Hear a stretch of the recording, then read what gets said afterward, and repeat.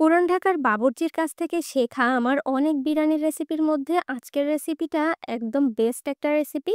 কারণ আপনারা সবাই আমার হাতের গরুর মাংসের বিরিয়ানিটা অনেক বেশি পছন্দ করেন। তাই আমি বারবার বিভিন্ন পদ্ধতিতে আপনাদের গরুর মাংসের বিরিয়ানিটা দেয়ার চেষ্টা করি। আর আজকের রেসিপিটা হবে রমজানের স্পেশাল।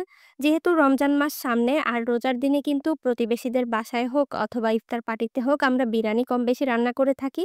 রোজার জন্য একটু স্পেশালি করে আমি এই বিরিয়ানিটা রান্না করেছি, যাতে রোজাদাররা খেয়ে অনেক তৃপ্তি পায়।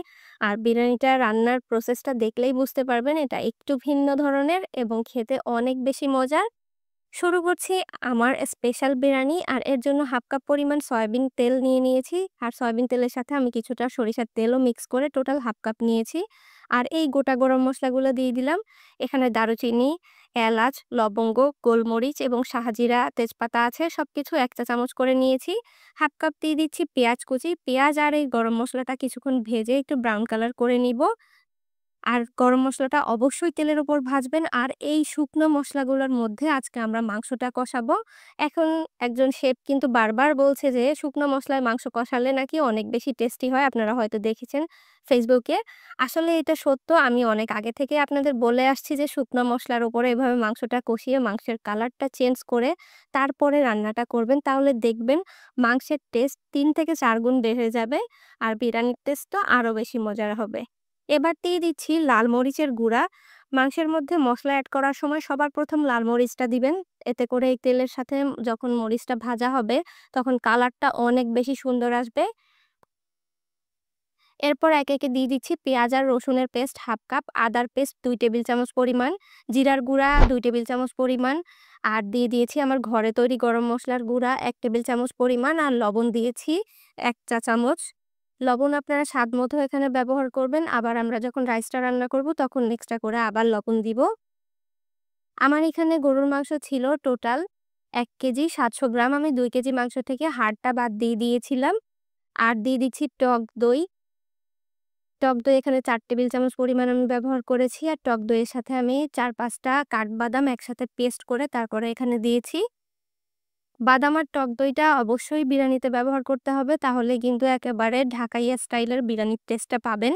আর আমার প্রসেসটা সম্পূর্ণ দেখবেন ভিডিওতে, তারপর রান্নাটা করবেন। কুসুম গরম পানি দিয়ে দিচ্ছি। মসলার সঙ্গে কিছুক্ষণ আমরা মাংসটাকে আগে কষিয়ে নিয়েছি। তারপর কুসুম গরম পানি দিয়েছি ১ কাপ। এবার এই পানিতেই মাংসটাকে খুব ভালোভাবে সফট করে সেদ্ধ করে নিব। মিডিয়াম আঁচে রান্না করব। কিছুক্ষণ পর, পর এভাবে একটু নেড়েচেড়ে দিতে হবে, তল থেকে যেন পোড়া লেগে না যায়। একেবারে শুকনা, শুকনা করে এই মাংসটাকে ভুনা করে নিতে হবে যেন কোনো পানি না থাকে। আর দেখতে পাচ্ছেন তেল ভেসে উঠেছে, মসলার কালারটাও চেঞ্জ হয়ে গেছে। আর দেখতে পাচ্ছেন মাংসের কালারটা কত সুন্দর হয়েছে। এভাবে করে কিন্তু মাংস রান্না করেও খেতে পারবেন। চলে যাচ্ছি মূল বিরিয়ানি রান্নায়। এখন আমরা রাইসটা রান্না করব। এখানে আমি তেল দিয়ে দিয়েছি 1/3 কাপ পরিমাণ, বা তার থেকেও একটু কম ছিল তেল।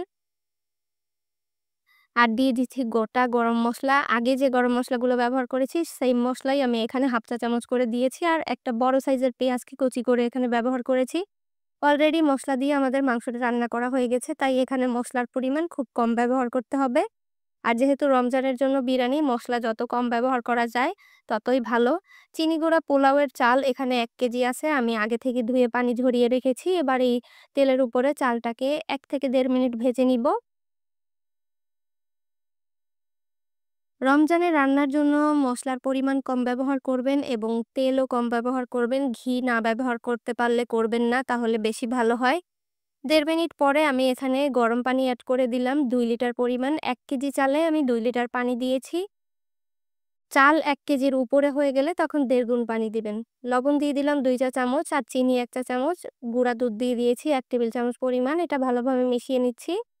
এই চিনি আর গুঁড়া দুধটা দেওয়ার কারণে বিরিয়ানির টেস্টটা ২ গুণ এনহ্যান্স হয়ে যাবে। কখনোই টেস্টিং সল্টটা ব্যবহার করার চেষ্টা করবেন না। চিনি গুঁড়া দুধটা দেওয়ার চেষ্টা করবেন। ভালোভাবে একটা বলক তুলে নিলাম হাই আঁচে। এবার এর মধ্যে আমরা মাংসটাকে এড করে দিব। যতগুলো বিরিয়ানির রেসিপি আছে তার মধ্যে সবথেকে সহজ রেসিপি হচ্ছে এটা। বাংলাদেশের পুরান ঢাকার এই বিরিয়ানিটা অনেক বেশি টেস্টি। যতই বিদেশি বিরিয়ানির কথা বলেন না কেন, হায়দ্রাবাদ হোক আর ইন্ডিয়ার হোক, সবথেকে মজার আমাদের পুরান ঢাকার স্টাইলের এই বিরিয়ানিটা।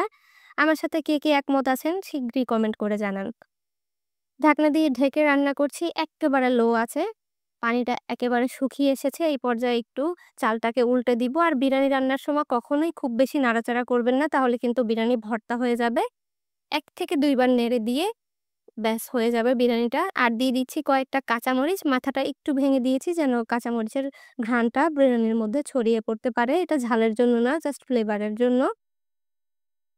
কেওড়ার জল আর গোলাপ জল, যেটা বিরিয়ানি এসেন্স নামেও অনেকে চিনেন, সেটা দিয়ে দিচ্ছি ১ চা চামচ করে। আপনারা যেকোনো মুদি দোকানে কিনতে পেয়ে যাবেন। অনেকেই আমাকে প্রশ্ন করেন, আমি বোতলের কালারটাও দেখিয়ে দিয়েছি। ঢাকনা দিয়ে ঢেকে দমে রান্না করছি আরো ১০ মিনিট। পানি অলরেডি শুকিয়ে গেছে। চুলার আঁচ এক্কেবারে লোতে করে আমরা রান্না করেছি। এবার খাবার পরিবেশনের পালা। ঢাকনাটা খুললেই ঘ্রাণে একেবারে পেট ভরে উঠবে। আর দেখতেই পাচ্ছেন আজকের বিরিয়ানিতে আমি খুব বেশি তেলও দেইনি, আবার খুব বেশি মসলাও দেইনি। তেল দিলে বুঝতেই পারতেন, উপর থেকে দেখেই বোঝা যেত। আর ঘিও ব্যবহার করিনি। আপনারা চাইলে ঘি ব্যবহার করতে পারেন। উপর থেকে কয়েক চামচ ঘি ছড়িয়ে দিতে পারেন। তবে চিনি গুঁড়া চালের জন্য খুব বেশি ঘিয়ের প্রয়োজন নেই। এই বিরিয়ানিটা রান্না করলে আমি এভাবে আপনাদের ভিডিও শুট করতেই অনেকটা খেয়ে ফেলি। আমার এত বেশি পছন্দের এটা, আর পরিবারের সবারই অনেক পছন্দের এই বিরিয়ানিটা। আশা করছি এই রমজানে এই বিরিয়ানিটা আপনাদের অনেক কাজে আসবে। অবশ্যই আমাকে কমেন্টস করে জানাবেন যদি বাসায় তৈরি করে থাকেন রমজানে।